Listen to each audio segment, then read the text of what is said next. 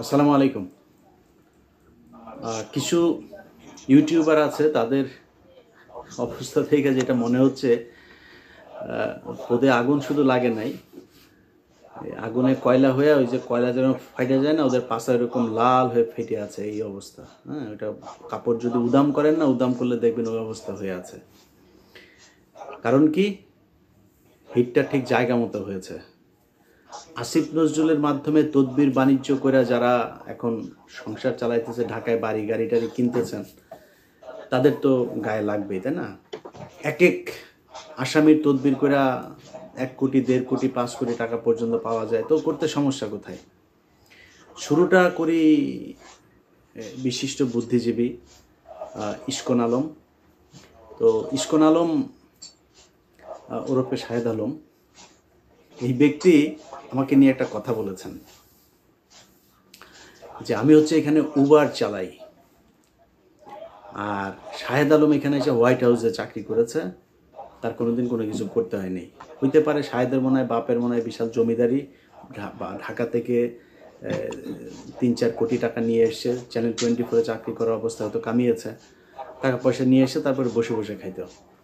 তো মনে করতাম ওইরকম কিছু আর কি। এর আগেও সে এক ভিডিওতে বলেছিল যে আমাকে সে নিউ ইয়র্কের কোনো এক রাস্তার ধারে দেখেছেন।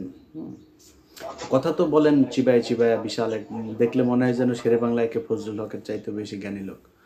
তো উনি এর আগেও আমাকে নিয়ে এই ধরনের কথাবার্তা বলেছেন।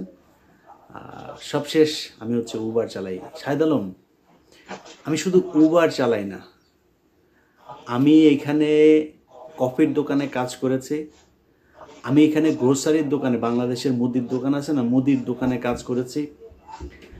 আমি এইখানে একদম লিটারালি বাংলাদেশে পিজা ডেলিভারি দেন না, বাংলাদেশে আপনারা যে পিজা ডেলিভারি অর্ডার দেন বাসায় দিয়ে আসে, ওইভাবে বাসায় নিয়ে নিয়ে তারপরে দিয়ে এসছি। আমি একদমই লজ্জাবোধ করিনি। আপনি আমার উবার ড্রাইভার বললেন আর কি বললেন, একদম লজ্জা করিনি, লজ্জা, কিন্তু লজ্জা পাইতাম যদি আপনি যেটা করেছেন সেটা করতাম। এখন আপনি কি করেছেন সেটা একটু জানানো দরকার না? যেহেতু আপনি এখানে এসে হোয়াইট হাউসে চাকরি করতেন, আপনার বিশাল আকারে আমাদের উবার ড্রাইভার, তাদেরকে আপনার কাছে খুব বেশি মানে ছোটো লোক মনে হয়েছে, ছোটো জব, এটা খারাপ লেগেছে। তো আপনারটাই করি, শুনি আমরা ছোট করে একজনের একটা অডিও রেকর্ড শুনি। অডিও রেকর্ডটা হচ্ছে আমাদের এখানকার বাংলাদেশে এক ভাই আছে, খলিল ভাই। খলিল ভাই, সালাম আলাইকুম। আপনার খলিল বিরিয়ানির আজকে টাকা ছাড়া বিজ্ঞাপন করে দিচ্ছি একটু। তো খলিল ভাইয়ের এই 4-5টা ব্রাঞ্চ আছে আপনার খলিল বিরিয়ানি নামে। আপনারা যারা আমেরিকায় যারা আসেন, নিউ ইয়র্কে, তারা আমি জানি না নিউ ইয়র্কের বাইরে ওনার ব্রাঞ্চ আছে কিনা। তো নিউ ইয়র্কে যারা আসেন তারা অনেকেই হয়তো শুনেছেন যে খলিল বিরিয়ানি কোনটা। এই খলিল বিরিয়ানি প্রতি মাসে মাসে শাহেদকে 1000 টাকা করে সাহায্য দিত। তো সাহায্য দিত যে, এই সাহায্য দেওয়ার বিষয়টা আমি তার ফোন করলাম, ফোন করে জিজ্ঞেস করলাম, ভাই কি অবস্থা? হ্যাঁ, কথা বলতে বলতে শুনি, তার বক্তব্যটা শুনে তারপরে আপনাদের সাথে আবার আলোচনায় ফিরি। আপনার এই যে আপনারা কি মানে এমনিতে সাংবাদিকদের জন্য কোনো বাজেট টাজেট আপনাদের নাই নাকি? আছে আছে, বাজেট থাকবে না কেন? সাংবাদিকদের বাজেট অবশ্যই আছে। কিরকম আছে একটু বলেন তো বস। এই যে সব মিলে তো ভালোই বাজেট দিই। এখন ওই যে সবাই বরাদ্দ দিতে যে মানে আসলে গুণী আর মানি এরম না, আমার হয়ে গেছে কি গড়ে হলেই বল, সবাই ভাগ করে দিতে যে কারো দেখা যাচ্ছে মানে প্রাপ্ত অধিকারও দিতে পারি না, আবার দেখা যাচ্ছে কারো বঞ্চিত করি না, এরকম। প্রায় 10 বছর হয়ে গেল আপনি আমার একদিনও কোনো টাকা পয়সা কিছুই দিলেন না ভাই, এটা হইলো একটা? এটা আসলে লজ্জাস্কর। সবাইরে দিছি, আপনার সঙ্গে মানে শাহেদ আলম থেকে শুরু করে সবাইরে চেষ্টা করেছি কম বেশি হেল্প করার জন্য। শাহেদ ভাইরে কিরকম কি দেন? ওরা দিতাম প্রায় 1000 টাকা দিতাম ওরে, মানে প্রতি মাসে? হ্যাঁ হ্যাঁ।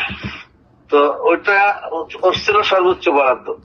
আর এমনি দেখা যাচ্ছে এক একজনের এক এক রকম। শাহেদ আলমের বরাদ্দ এত বেশি থাকতে কারণ কি? ও আবার ওই দেখা যাচ্ছে দুই দিক থেকে, ওই সময় ফ্যামিলি নিয়ে আসছে একটু সমস্যা, প্লাস হলো দেশি মানুষ সাতক্ষীরার, আমার বাড়ি যশোর। এই হচ্ছে আমাদের শাহেদ আলম। শাহেদ আলম এখানে হোয়াইট হাউসের বিশাল বড় চাকরি করতে, টাকা পয়সা কোনো সমস্যা নাই। সে বলে থাকে বিভিন্ন মানুষের কাছে, ইদানিং আবার বলে যে তার বউ বিশাল বড় এক চাকরি করে। শাহেদ আলম, তোমার বউ কি চাকরি করে? ওই টাকা দিয়া 4টা পোর্শ, এই পোর্শ একটা, তারপর পোর্শের পরে হচ্ছে আপনার মার্সিডিজ একটা, একটা টেসলা, আরেকটা কি গাড়ি আছে, টোটাল 4টা গাড়ি তার। সে আমাদের সাথে, এই মুশফিক ভাই যেদিন দেশে যায় সেদিন ওয়াশিংটনেও তার সাথে গিয়েছিলাম। সেখানে গিয়ে বসে সে আমাদের সাথে এসে বলছিল তার প্রায় $2200 শুধু ইন্স্যুরেন্সেই খরচ যায়। তো বিশাল বড় লোকে এক ভাবসাব। তো বড় লোকিটা টাকা পয়সাটা আসলো কোথেকে জানেন? ইসকন নিয়ে আমি প্রথম পর্ব করলাম। সেই ইসকনের কাছ থেকে মাল খায়া তারপরে সে এখানে বাড়ি টাড়ি করে এখন কয় তার বউ। তোর বউয়ের কোথায় কোন ইনকাম? তোর বউয়ের ট্যাক্স ফাইল দেখাইতে বল। আমি আমার তোর ট্যাক্স ফাইল দেখাবো। তুই ট্যাক্স ফাইল নিয়ে তুই বসতে চাস কোথায় বল? মনির হায়দার বাইরে বল যে তোরে নিয়ে বসতে চাই, তুই বসে আমার দেখাবি। দেখায় তারপর তুই ভিডিওতে বলবি হ্যাঁ ইলিয়াসে দেখাইছে আমার বউয়ের এত টাকা ইনকাম। ছোট লোকের বাচ্চা কোথাকার। তুই বেটা বিরিয়ানির দোকান থেকে 100 টাকা সাহায্য নিয়ে চলছিস তুই শাহেদ আলম। ভিক্ষা নেই নাই বেটা, কাজ করে খাই, সারা জীবন কাজ করে খাবো, কোনোদিন ভিক্ষা নিব না, কোনোদিন কোনো মানুষের 1 টাকা হক নষ্ট করব না। That's I am. অতএব মানুষের ব্যাপারে কথা বলতে গেলে না, নিজের নিচে ঠান্ডা করে তারপরে কথা বলবি। তুই আমার পরিবার নিয়ে কথা বলছিস।